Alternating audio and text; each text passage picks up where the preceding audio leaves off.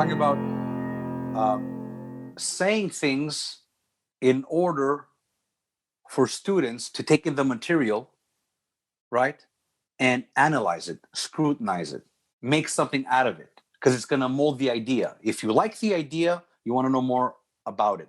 If you hate the idea, you have to challenge it. Mm-hmm. Once the safe spaces start, the trigger warnings start, the microaggression starts, people are going to be saying less. If you say less, you're exposed to less, right? So this is the fight or flight. So moving away from the conversation is like almost like escaping your problem. And ask any psychologist, right? How do you deal with your problems? You face them. You don't escape them. No, nobody's going to tell you, nobody's going to give you the advice saying, man, forget your problems. Fuck them. Get away from there. Leave your kids. Don't, you know what, whatever. You lost your job. It's okay. Just leave your family. That's not good advice. Yeah. You know what I mean? So it's not good advice starting at the age of 18, 19, 20, because they're going to go into the real world.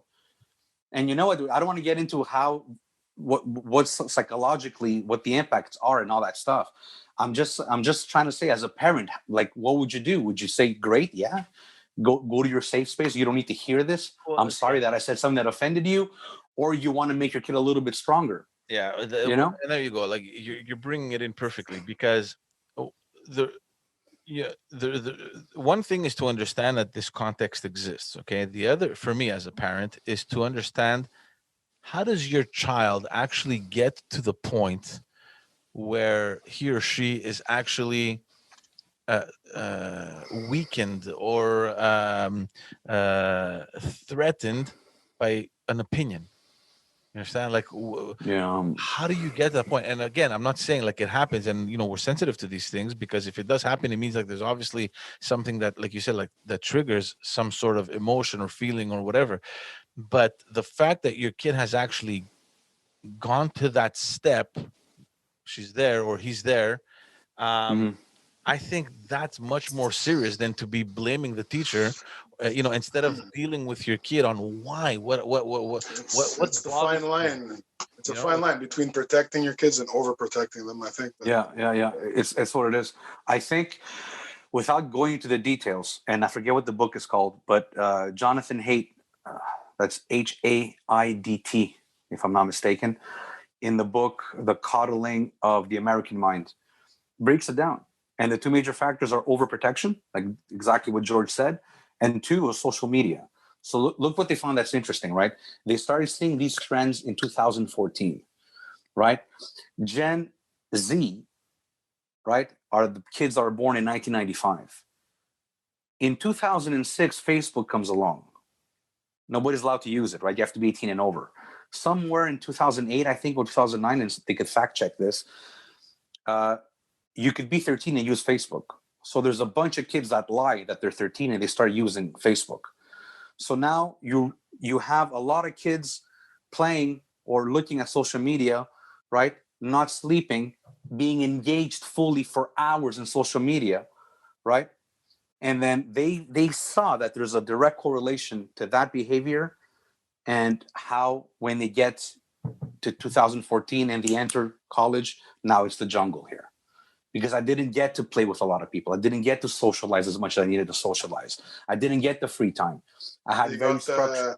they only got the fake social media image of life. That's right. So that's the theory. That's what they talk about in the book. Mhm. But it works perfectly. Like, if you do the math, it's perfect. And the problem is that ever since 2014, 70% of the suicides have gone up in girls. right? So girls are more sensitive to this. So we have an issue. There's an issue. There's definitely an issue. So you know what? All this stuff kind of like, yeah, we did talk about the free speech component, but it's also like, how do we take care of our kids? Yeah. I wouldn't want my kid to need a safe space or a trigger warning. You could disagree. You Yeah. could be passionate.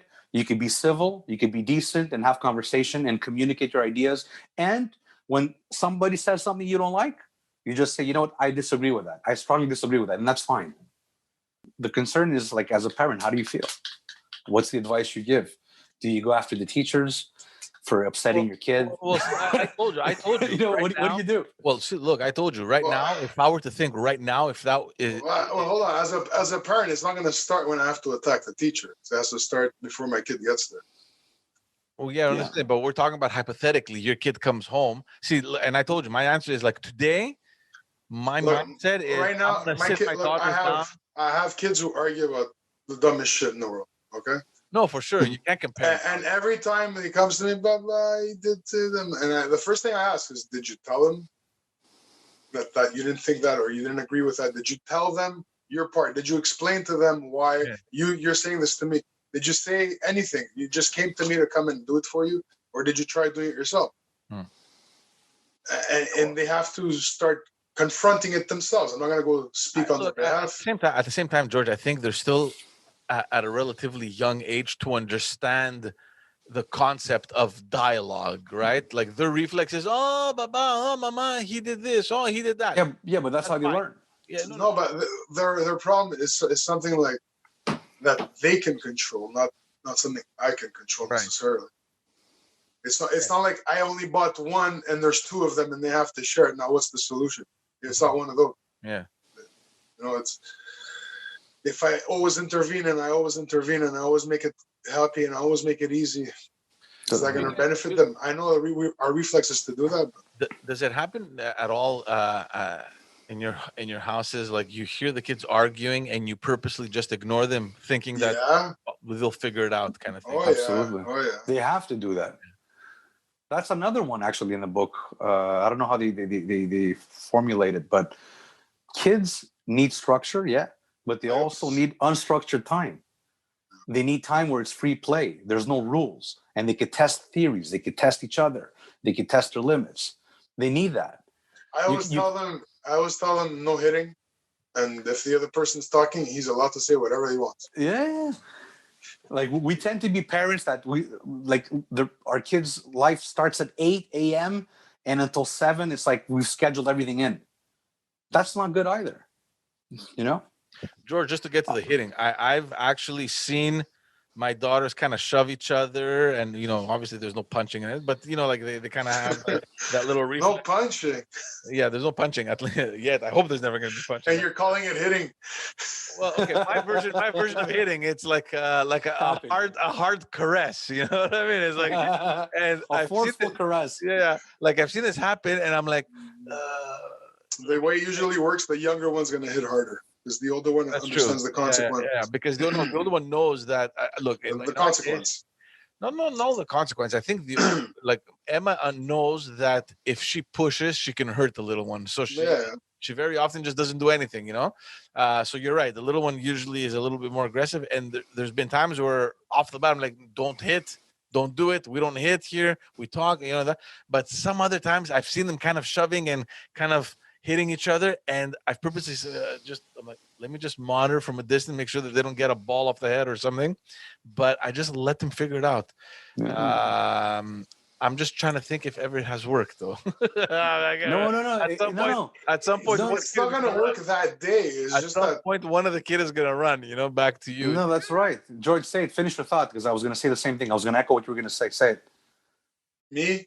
Yeah, you were going to say that it doesn't happen that day. It doesn't fix that day's problem, but I mean, if they do that 100 times, the 100th one is going to be way smoother and more logical. And then out of nowhere, like magic, when they're 14, it's like, okay, I know how to deal with this.